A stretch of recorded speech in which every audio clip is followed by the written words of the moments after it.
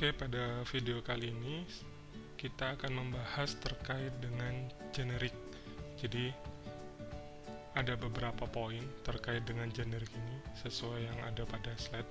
Jadi, untuk mempersingkat videonya, akan saya langsungkan saja pada konten. Jadi, di sini ada salah satu sampel ketika melakukan codingan sebelum JDK versi 1.5.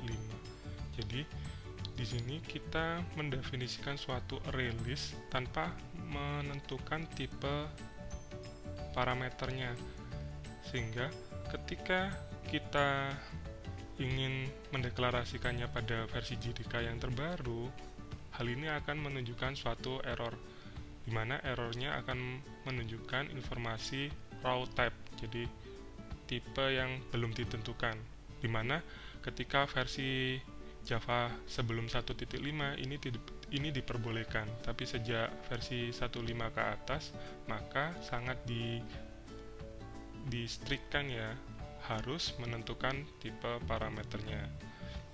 Nah, untuk membenahi error yang sebelumnya muncul, di mana errornya muncul itu akan memberikan informasi raw type. Untuk mengatasi hal tersebut, kita bisa menentukan tipe parameternya ketika kita mendefinisikan array list, yaitu misalkan ingin menggunakan tipe string, maka kita harus mendefinisikannya setelah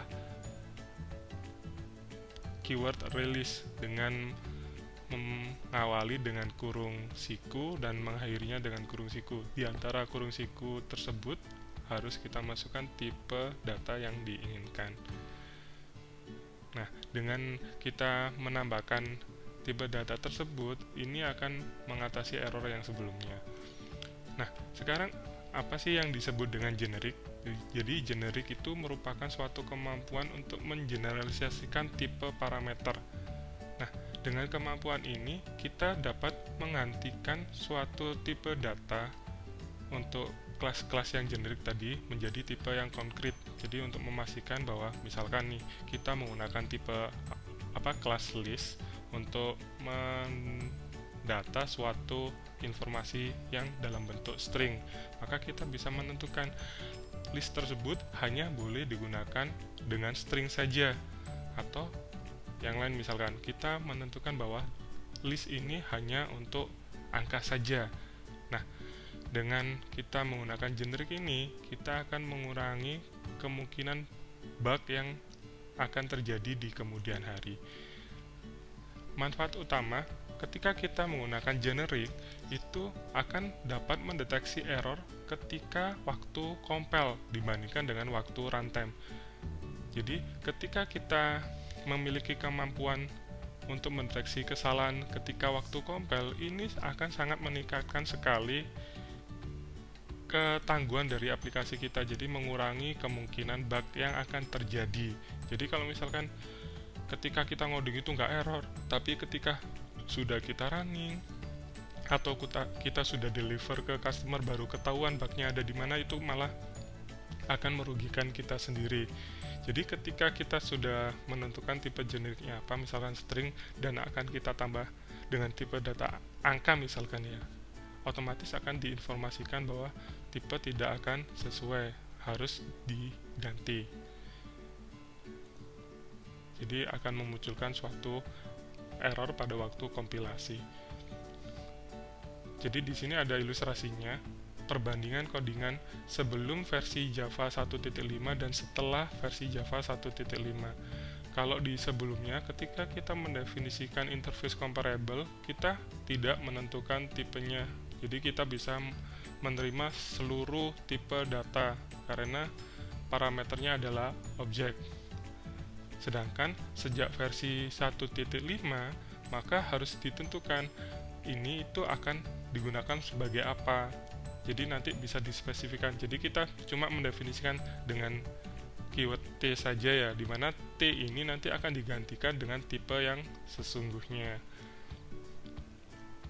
Jadi ketika di versi 1.5 sebelum 1.5 ini akan kita ketahui ketika kita melakukan runtime. Sedangkan setelah kita tentukan tipe generiknya, ini akan menunjukkan ketika waktu compile. Jadi ini akan sangat membantu kita untuk mengetahui error yang terjadi.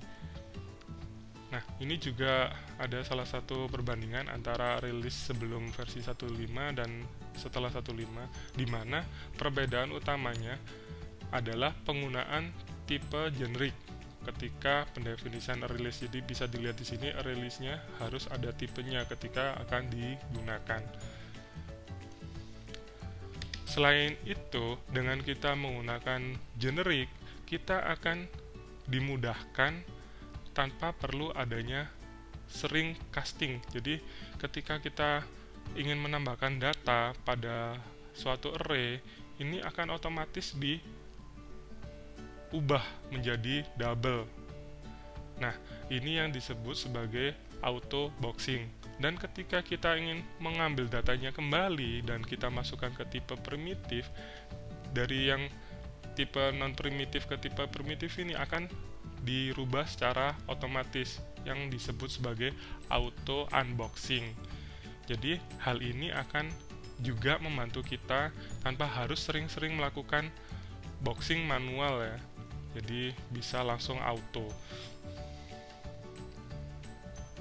Untuk berikutnya, ketika kita mendefinisikan, misalkan contohnya ini ada beberapa codingan terkait dengan pendefinisian stack tapi yang tipenya generik, di mana tipe generik ini sudah menentukan tipenya.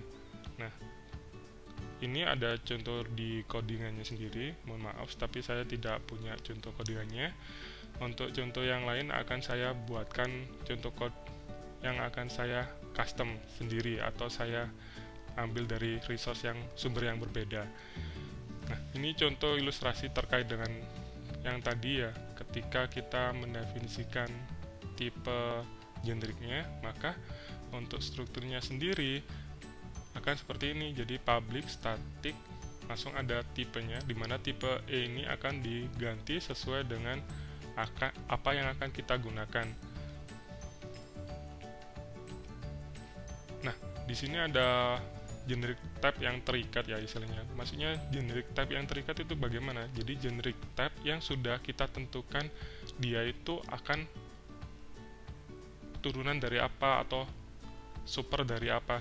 Dimana kalau contoh yang di sini nih, ini kita tentukan bahwa tipe generik yang akan digunakan turunan dari geometric object. Jadi nanti ketika kita memasukkan suatu argumen di sini, dia akan harus extend dari geometric object atau turunan dari geometric object, atau bisa disebut sebagai subclass dari geometric object. Ketika pendefinisian route type ini dan terkait dengan backward compatibility atau dukungan ke versi yang sebelumnya ya, maka ketika kita mendefinisikan route type seperti ini, array list, list sama dengan new array list, sama halnya ketika kita mendefinisikan array list langsung tipenya object, list, new array list tipenya object. Jadi ini versi yang baru ya, kalau ini versi yang route type. Masalahnya terkait dengan penggunaan route type ini itu tidak aman. Mengapa kok bisa tidak aman? Karena ketika kita mendefinisikan suatu codingan seperti ini dan ada tipe yang nggak cocok atau mismatch, maka tidak akan kita ketahui secara langsung. Jadi seperti contohnya di sini ya, max welcome, di mana welcome itu tipenya string, langsung 23 itu tipenya integer, di mana kedua hal ini sebenarnya nggak cocok, tapi berhubung ini tipenya raw type, ini nggak langsung menunjukkan ini error, tapi ketika kita nanti runtime maka akan error, dan baru kita ketahui ketika runtime itu saja. Tapi dengan kita mendefinisikan tipe generiknya dan pendefinisiannya seperti ini ya, kalau yang sebelumnya cukup sederhana ya, jadi public static comparable max, comparable O1 sama comparable O2, dimana di sini yang dibandingkan juga tipe datanya juga sebagai argumen. Maka ketika kita memasukkan tipe yang mismatch ini, tipe yang tidak cocok ini, akan langsung dimunculkan error. Jadi akan kita ketahui secara langsung bahwa codingan ini tidak cocok, harus kita cocokkan. Jadi yang sebelumnya string langsung argumen keduanya angka, jadi harus kita samakan tipenya agar tidak error. Nah, terkait dengan generik ada istilah wildcards. Jadi wildcard ini kita butuhkan ketika kita tidak menentukan secara langsung ya tipe generiknya itu apa. Jadi misalkan nih tipe generiknya itu bisa kelas itu ataupun kelas turunannya. Nah, di situ manfaat dari wildcard. Jadi untuk wildcard sendiri ada 3 jenis ya, yang misalkan tanda tanya aja. Jadi wildcard itu ditujukan dengan simbol tanda tanya, di mana tanda tanya aja itu menunjukkan wildcard yang tidak terikat atau tidak terbatas. Jadi seluruh tipe data objek itu bisa kita masukkan di sini. Nah, ini masih istilahnya kurang bermanfaat ya ketika kita mendefinisikan keseluruhan objek, di mana nanti kita nggak tahu ini objek apa, harus kita masukkan dulu. Tapi kalau misalkan requirement dari aplikasi kita itu lebih strict, misalkan kita butuh kelas itu sendiri ataupun kelas turunannya, jadi hanya terbatas pada kelompok itu saja, maka kita bisa menentukan dengan menggunakan wildcards langsung extend T, dimana ini langsung terikat pada kelompok itu. Ataupun misalkan super dari kelas itu ya, yang biasa disebut sebagai lower bound wildcard, dengan mendefinisikan tanda tanya super T.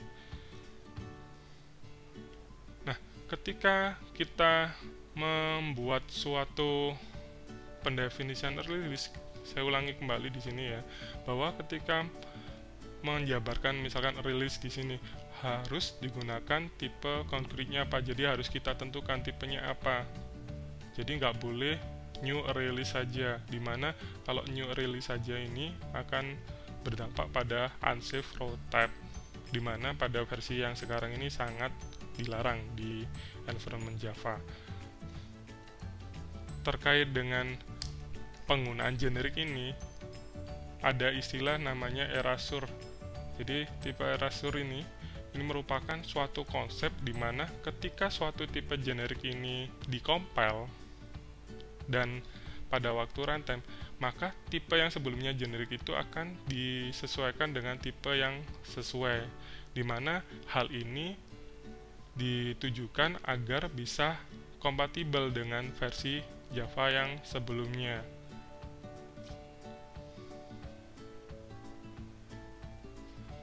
Nah, di sini ada contoh terkait dengan penggunaan generik ya. Penggunaan generik langsung ditranslasikan ke raw type ketika waktu runtime. Jadi kalau misalkan sebelumnya kita mendefinisikan release string list new release string, langsung kita tambahkan informasi Oklahoma, dan ini kita ambil kembali informasi tersebut pada variabel state. Ketika di waktu runtime akan diterjemahkan seperti ini, release sama dengan new release list at Oklahoma, baru nanti di unboxing. Nah, kenapa kok seperti ini? Karena ketika waktu compile, informasi-informasi yang tipe generik itu akan dihapus karena akan disesuaikan dengan tipe yang membutuhkan saja dan versi ke raw type-nya. Hal ini menunjang terkait informasi yang mendukung untuk backward compatibility agar mendukung ke versi Java sebelumnya. Ada beberapa hal yang harus kita pahami di sini. Jadi untuk kelas generik itu berbagi seluruh instannya tanpa membeda-bedakan tipenya. Jadi kayak seperti ini ya, generic stack string stack 1 sama generic stack integer stack 2, dimana sebenarnya stack 1 sama stack 2 ini tipenya berbeda, dimana yang sebelumnya itu generic stack string, yang kedua itu generic stack integer. Tapi meskipun generic stack ini berbeda tipe, tapi ketika waktu runtime dan di load ke JVM, generic stack ini akan dianggap sebagai kelas yang sama karena basisnya sama. Jadi ketika kita nanti menguji menggunakan keyword instead of, maka akan diasumsikan bahwa kedua ini basisnya sama, yaitu generic stack saja tanpa ada tipenya.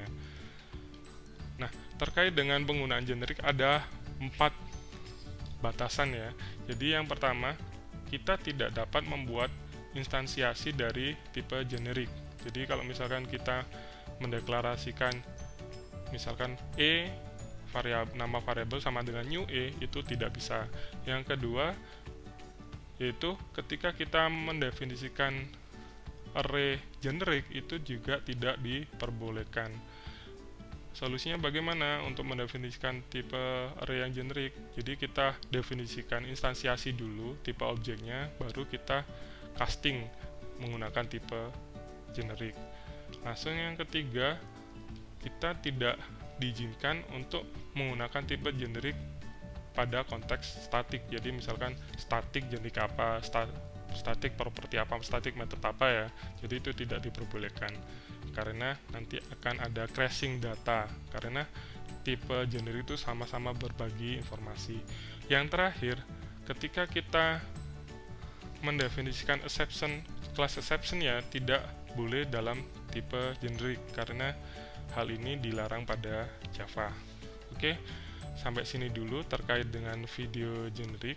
Jadi jika ada pertanyaan tolong disampaikan, bisa melalui grup ataupun bisa chat secara langsung. Terima kasih.